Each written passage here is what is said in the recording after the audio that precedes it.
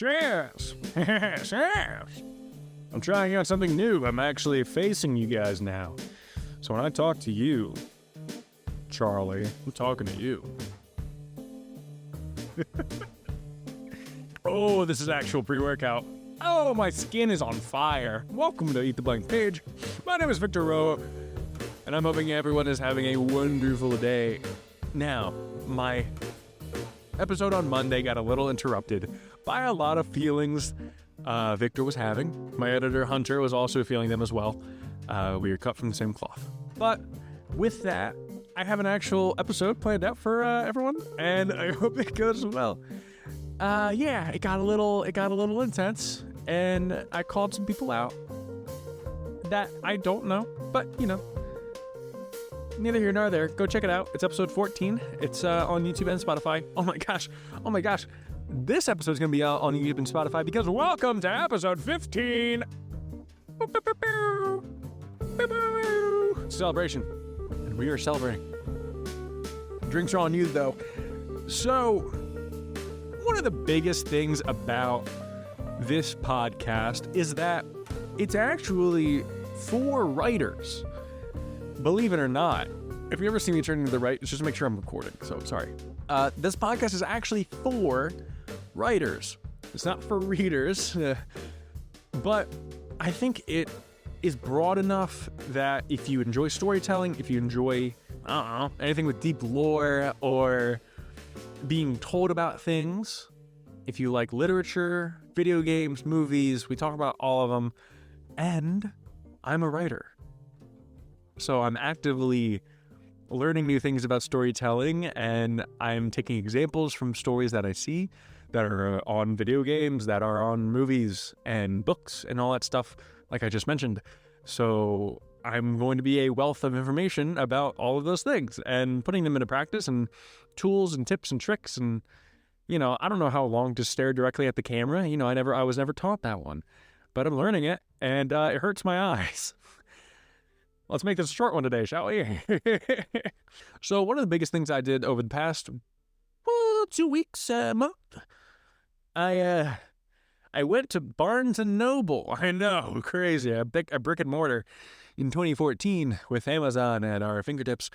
I went with my partner for our 1-year anniversary, and it was actually very sweet because she's been getting into writing, and I'm a writer. No, she's been getting into reading, and since I'm a writer, and it's a nice little bonding thing going on right now. I can't tell you how impactful that one trip was. I made a short little film of it. It's on my YouTube. Go check it out. I think it's called like A Trip to Barnes & Noble or something, and it's just us going around and messing with puppets in the kids section, and we were just joking around the entire time. But I felt like I was a kid again back at the Scholastic Book Fairs and just walking around my library at school when we had the chances to go. I was part of the after school program where they kind of just like have you there and keep you in a library, maybe teach you some things. It's really for the kids whose parents both work, and so they can't be at the house later that day. And this was like young. This is like 4th, 5th grade. So it's called Little Shaders. And I remember being in the library a lot, just looking at books, learning about sharks and fish and wildlife. Wildlife was my main thing. I wanted to be a biology teacher for a little bit there, but it was always about animals. I always thought they were very interesting. But then I started to read actual stories and books and nonfiction stuff, which I consider stories. I know nonfiction people are going to be up in arms about that, but hey, fiction till I die. Nothing's real, ha ha ha. It was there where I really started to feel a feeling of acceptance, but I didn't know what it was yet. Now that I'm older and I've been through a lot more than I did when I was in 4th grade, I definitely can't unfeel that feeling I felt when I walked back into that Barnes & Noble. And I hadn't been in a bookstore in 7 years, I always just buy my stuff off Amazon because, I'm busy. And just being in there was like healing an inner part of myself, like healing my inner child. I would just by being in there, just by seeing other people who enjoyed to read. And it gave me the same kind of feeling when I went to my first concert.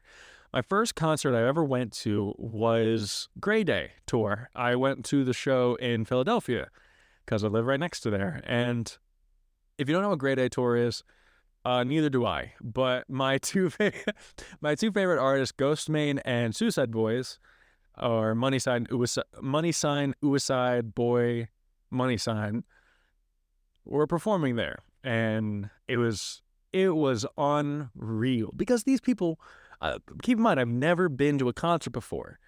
And this was last year. So I'm 22 now. I was 21 then. First concert at 21.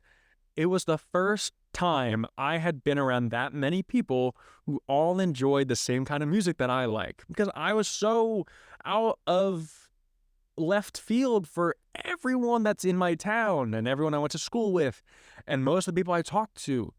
The people that listened to Dark Trap were the people I rarely got along with. But I came to realize it was just those people in my area, so it's like I had a small pool to pick from, you know what I mean? Those songs, although they may be dark and, very, very difficult to listen to if you're not ready for them, saved my life at a lot of different points and gave me comfort when I felt none. And then there they were. The people who wrote those songs and the voices that I had associated with comfort for so long, they were on that stage. It was such a surreal feeling that they were there and we were all in the same room, and there were so many people who knew more words to those songs than I did. And there was such an energy. There was a union between everyone. It was fantastic. People wasted out of their minds helping me and my girlfriend find our seats. It was kind of beautiful. You know what I mean? There was no stress. I wasn't expecting that feeling, because I'm always the kind of person who goes, why would you go to a concert? Why wouldn't you just listen to the songs on Spotify? Well, it's for the experience. You could just watch a movie on Netflix, pay the monthly fee, chill in your own pajamas in your own house, and a lot of people like to do that. But it's an experience to go to the movie theater.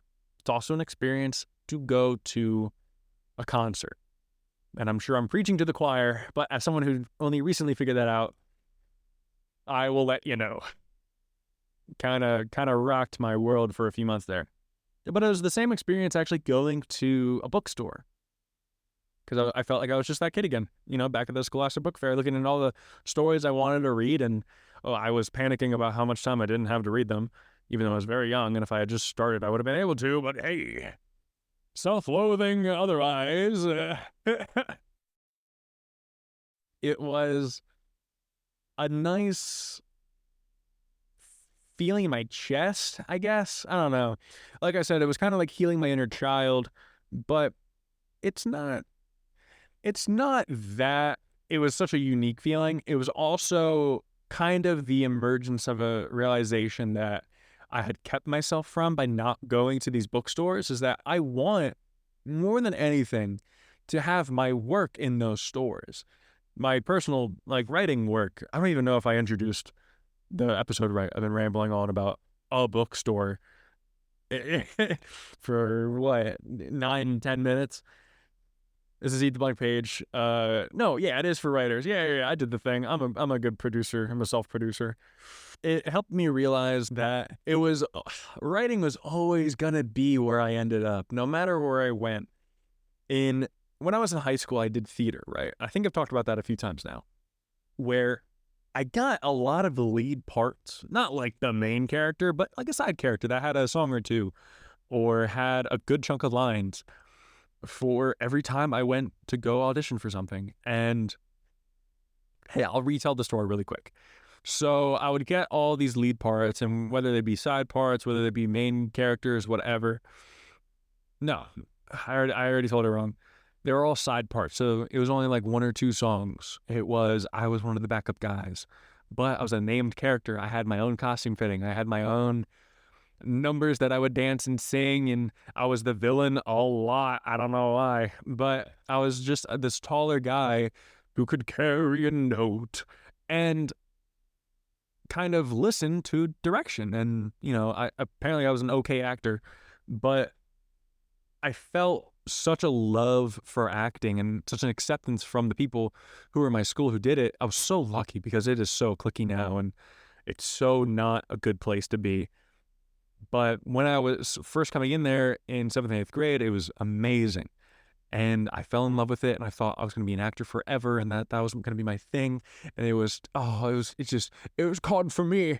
But I had always gotten a part. I had never been in the background. And you were only truly tested if you're really meant to do something or really want to do something when you suck at it. You need to suck at it. Even if it's comparatively, you need to suck at the thing that you want to do for the rest of your life to make sure you know you want to do it for the rest of your life. It is a must. It is a necessity. Do not lead your life on a false promise you made yourself because you just feel good by doing the thing that you're good at doing. If you don't suck and try better, you're never going to understand if it's actually the thing for you. Please go out and fail as much as you physically can. It will teach you things about yourself that you will not learn otherwise. And it will give you an insight on what it's like to lose, the art of dying itself, and then the appreciation for your efforts and for the opportunity to actually win and do well at something. Please go lose just to make sure it's what you want to do. That out of the way, I quit theater because I got bullied out of it. But after I graduated high school, it was 2020, so COVID hit, and my whole senior year got kind of wrecked. But 2 years after that, in 2022, I went to audition for something again, and it was a little, playhouse in the town over, and I went expecting people my age, like young 20s, maybe late teens. And these were 30 and 40-year-old people who go and they like to act, and that's what they want to do. And they have their own portfolios, and they're really trying to go for it. And I realized something about myself, that I'm not built to be an actor. And I never actually was. I was good enough on a high school level, but I wasn't good enough when I got out into the real world and people who were actually trying to do it and the people who wanted to be their thing. But where I did excel was in analyzing their ability, was in trying to match up characteristics, trying to match up attitudes, takes on a character to the rest of the story at large, what you could make out of it. The script itself, the story itself, is what I was drawn to more and more. And so I did one take of one scene, and they already decided that I was not good enough to keep going. Fine. Okay.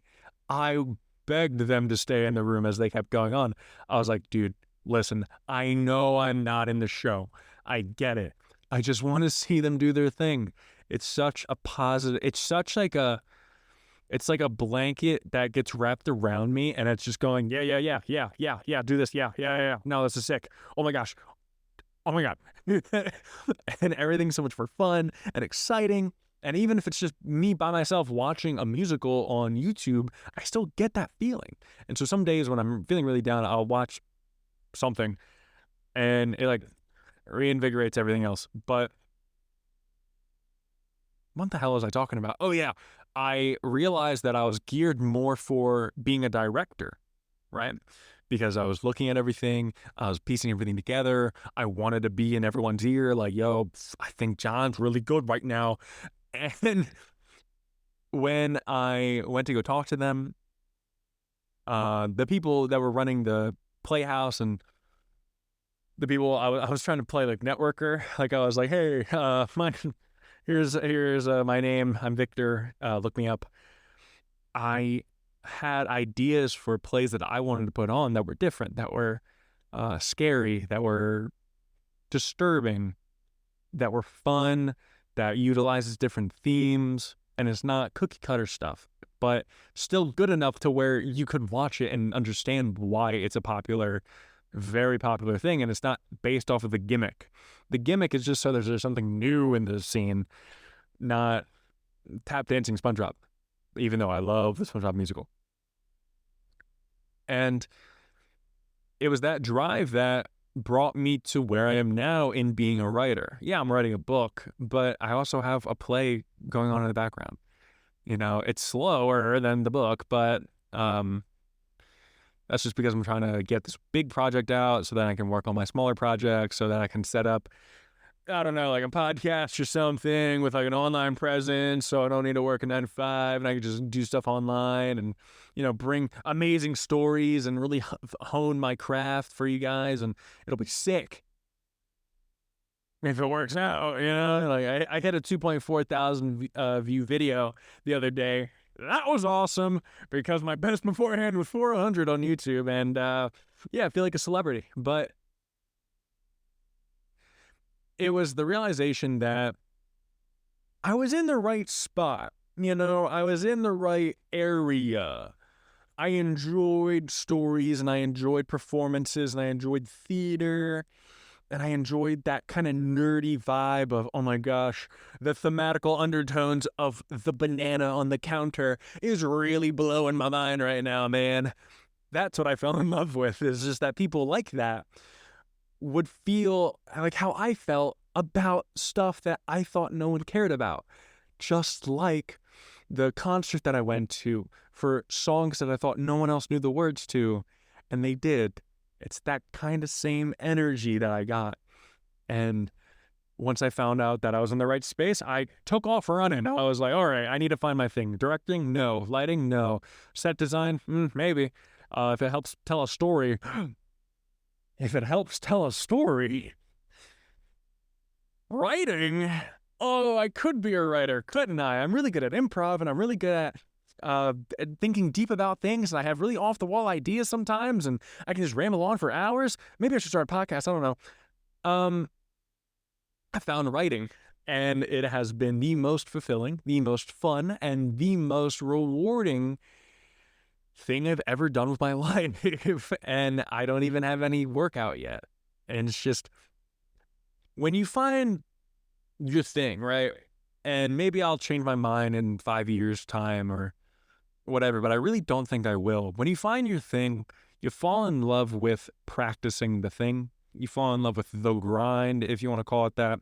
One of my biggest pieces of wisdom that I try to push out every episode, that's a lie. I don't try to push it out every episode as much as I can, is the idea that you can learn a lot from places you never thought you could. There's a lot to learn from things that you might not give it credit for. Just because it's in a different field, just because it's in a different situation, doesn't mean you can't learn lessons from it. That's the entire basis of what storytelling is telling a story with conflict, interest, characters that learn lessons, that overcome triumphs, so that we can learn from them. It's what I love about storytelling. So when I watched a Kobe Bryant video talking about how he would practice for 2 hours every 2 hours, and he enjoyed practice more than he enjoyed games, it was crazy. He literally said, games are my day off. Like, playing a game is his day off. Like, his work days are getting into the gym and getting his shots in, getting his speed drills down and his workouts in and all this other stuff, taking care of his body, making sure he's making the right calls, educating himself on the game. That's where the work is. And when he's able to actually perform and get out there and do his thing, it's joyous. But he's fallen in love with the training part of it, which is what I've fallen in love with, is just the writing part. God, marketing and publishing and editing and trying to get everything together is kind of a headache, but it's for my thing, and thus it's necessary, and I have to do it, and I just got to suck it up sometimes. But please just hear that piece of advice, that you can learn something from anything. You can learn something from anyone. It's my little tidbit. Let me take a soup. I'm telling this story for way longer than I wanted to. But yeah, that's kind of the whole wrap-up thing. There was that energy that I felt between me and writing and being around the people in theater, just like I did at the concert. And it's experiences like that that can place a lot of pieces together for you. It's that kind of wake-up call that can help you analyze your life in a way that you probably didn't think you could beforehand, and bring you into a new phase of your life where you're going to do things that you might not think possible, and you're going to go places that you're probably scared to go. But just like any good video game, the places you find the enemies is the right way to go. Makes you think. Yeah, when I find out who the bad guys, when I find those people who want to get me out of my field, want to get my way, that's where I'm going. Straight through them. Like Master Chief. I'm the literary Master Chief. My God. Oh my God. This pre-workout's got me going crazy. It's not even pre-workout. It's C4, not sponsored. I should probably try to share a lesson with you guys, right? Like, it's really that. It's, if you're a writer, you know what I mean. You know what I mean. It's that feeling that you get when you find someone who's like you. And I think that's why I was so upset when last episode when I was talking about MatPat retiring from YouTube is it's like you lose a connection there. And you lose a connection to a whole community, even though you still have the community and it's doing better than it's ever done before and blah, blah, blah. You know what I mean. Keeping forward with giving you guys as much content as I can and providing some nice new outlook on stories that have been done to death, that have been analyzed and thought through. I want to help you guys eat your blank page, push through with your creative thought, help you start that story, help you get that idea that you're trying to get to spearhead your next project. One of the biggest things with any story is setting. And this is something that I'm learning within my own personal practice, that setting is very much a character within itself because it has personality and it has rules to it. It has a history. You can find, if you have a very unique setting, you can have all your characters have their own outlook on it.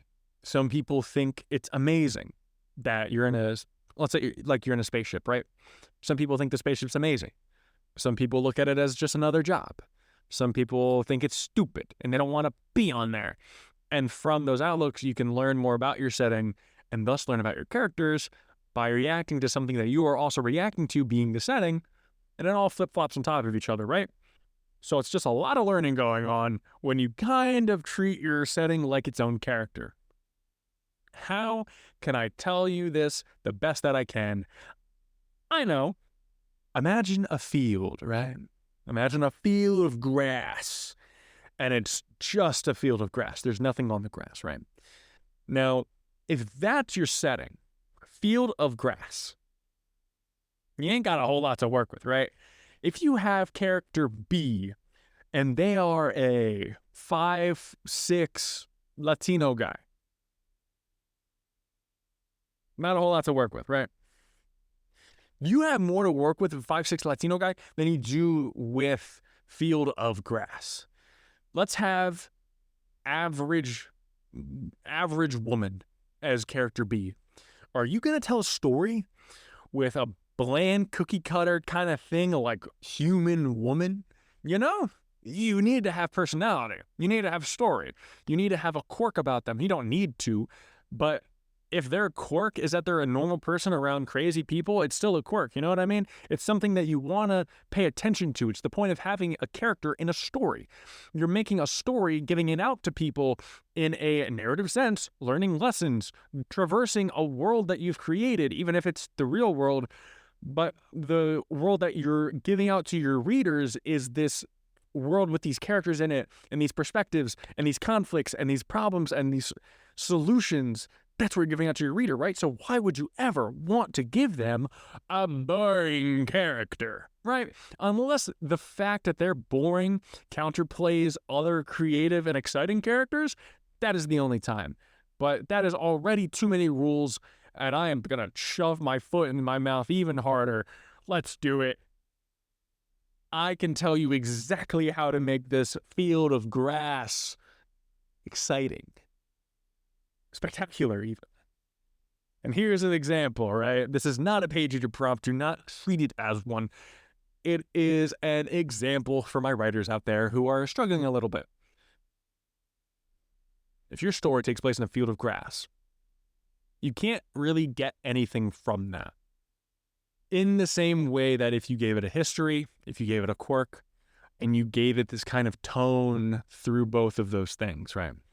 So instead of having it just be a field of grass, mention that it was a battlefield of a great and devastating war many, many years ago.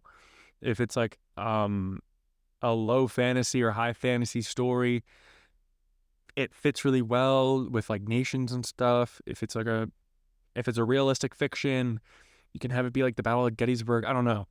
But you have this field of grass that was a war zone many years ago. And ever since then, no one's been able to walk on this field of grass. Why haven't they been able to walk on the field of grass, you're asking? Oh my gosh, I just got you with a hook. It's a quirk, and it's special, and it's cool, and it's like, oh my God, what's going on over here? And the importance of a quirk lets you give your own interpretations onto whatever we're talking about, this being the setting. And then, because it's a setting and all of your characters are going to exist within the setting, you can use your characters as lenses of other points of view onto the setting. So just by having the phrase, you don't even know why yet. You don't even know why people can't walk on this field of grass. You don't know if it's rules. You don't know if it's a spell. You don't know if it's moral obligation. You don't know anything. But it's the unknown directed towards a known fact that makes people interested. You know something, but it's kind of like you have a telescope and you're looking at something far off into the distance, and it is covered in a cloud, right? If you've ever played Sea of Thieves or you've ever been on a boat and you can't see something out there, but you know something's out there, oh, it's curious. Oh, I'm thinking about it now and I'm interested and I'm going to read your story, Magic Man. That's the point. Let me continue. It is a field of grass. It was a war zone many years ago. No one has walked on this field of grass for many years. Because the blades of grass resemble blades of war much more. Even setting foot on a patch of grass would impale the bottom of your shoe and cut you, and your blood would seep into the dirt and then grow more grass. And it would just expand, and it's an SCP now, and it's a monster. Oh my God.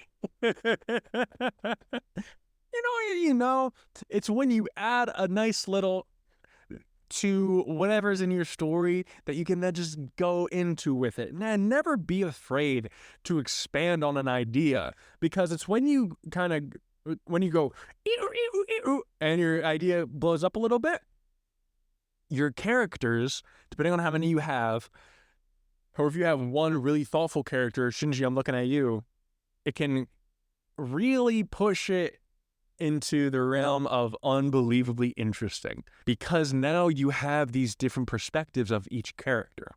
You have a pessimist, you have an optimist, you have a realist. You have people who are just trying to sell wares from their traveling shop. You have the newbie adventurer. You have a veteran who fought on that battlefield, and when he steps on it, because he's connected to the setting, the blades part way for his foot, allowing him to walk onto it, allowing him to mourn his fellow brethren who have died and fallen and has become one with the soil and with the grass. And he alone is able to walk on this field, and it's like a symbolism for respect or something, make it artsy. You know what I mean? The best thing you can do is leave a black and white outline of a picture. Think about a coloring book. You leave just enough space for people to know what the hell's going on, but for them to then grab and form their own conclusions about a story. But you can't do it too much and you can't do it too little. It's a song and dance kind of rhythm where you need to figure out what that distance is for yourself and in your own stories. How much lore do you want to have before you go into it? Do you want to have nothing, and so everything could be something? Do you want to have very steadfast rules that you can then create twists from? You can have things building up throughout the story that you only catch on your second read through. You can have lots of things going on. It's just you need to decide a few different things first. What are the quirks? What makes your story interesting to tell? Is it another fantasy story? I have one of those. I have a whole line of books ready to go. Not ready to go, but like ready to start writing that is genuinely a generic fantasy story. It's just that, well, it's a generic fantasy world. It's just that the story I want to tell in it is unique to me and a story that I want to tell, but it's not unique. I'm dealing with demons and fairies and knights and wizards and stuff, you know what I mean? It's deciding, okay, is this story going to be something that they tell for ages to come? Or is this going to be on one of those TikToks of like, hey, if you like this kind of story and you want to get into fantasy, here's this book series. And then it's like, that's where you like celebrate. Maybe I'm looking too pessimistically on it, but that's just my point of view. Oh my God, I tied it back to what I'm talking about. I should drink more of this. I'm amped right now. But yeah, please guys, I'm gonna hit you with a call to action really quick. Share, like, subscribe to the YouTube and the Spotify. I appreciate it. Check out my shorts. They're the highlights of my episodes. Check out the page to prompt for earlier in this week. The new vote starts in 2 days, this Saturday. From when you're hearing this, it is 1/12/24. If you're past that date, shut up. It is Saturday when the vote is going out for next Monday's podcast, or next Monday's Page to Prompt, which will be in Monday's podcast. You know what I'm talking about. However, I hope everyone had a wonderful time. I hope everyone learned something, and anyone that could pay attention to all of my rambling, I appreciate you immensely. But with that, I hope everyone has a wonderful day. Goodbye.